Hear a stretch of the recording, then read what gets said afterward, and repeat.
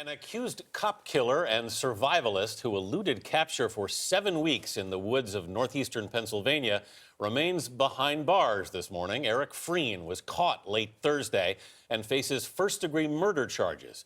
Vladimir Duthiers has more from Milford, Pennsylvania, where residents are both relieved and angry. Good morning, Vlad. Good morning, Anthony. Eric Frein appeared in court yesterday. He was greeted by boos from the crowd of people who watched him enter into the courtroom, and this is how it went down.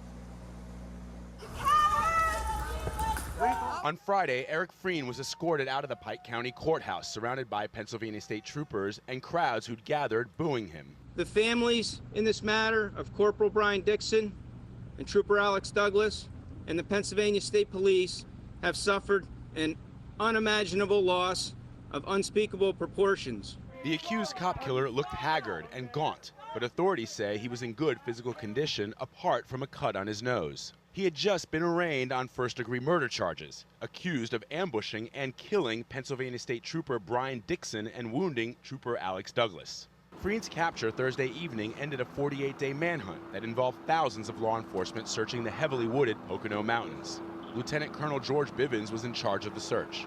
He was able to get into cabins, into other unoccupied structures, find food. In other cases, he had things hidden, but he was able to get shelter and get in out of the weather. But on Thursday, as U.S. Marshals patrolled an abandoned airfield, they spotted Frein. Deputy Scott Malkowski described what happened next. Once I saw a movement, I told my guys suspect.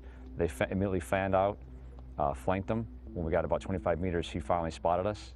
He turned, looked at me, I told him, identified myself, and I told him to get on the ground. What were his first words to you? Eric Frein.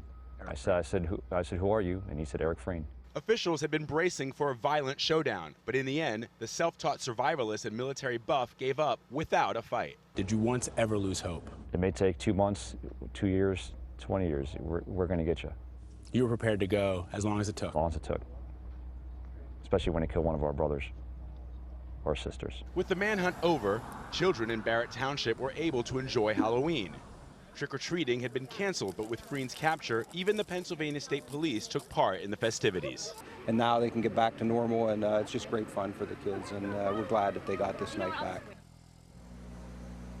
That was Colonel George Bivens of the Pennsylvania State Police. He was the principal spokesperson during the 48-day manhunt. As for Eric Frein, he is behind bars today. Prosecutor in the case says he intends to seek the death penalty. Benita? Vladimir Duthiers in Milford, Pennsylvania this morning. Thank you.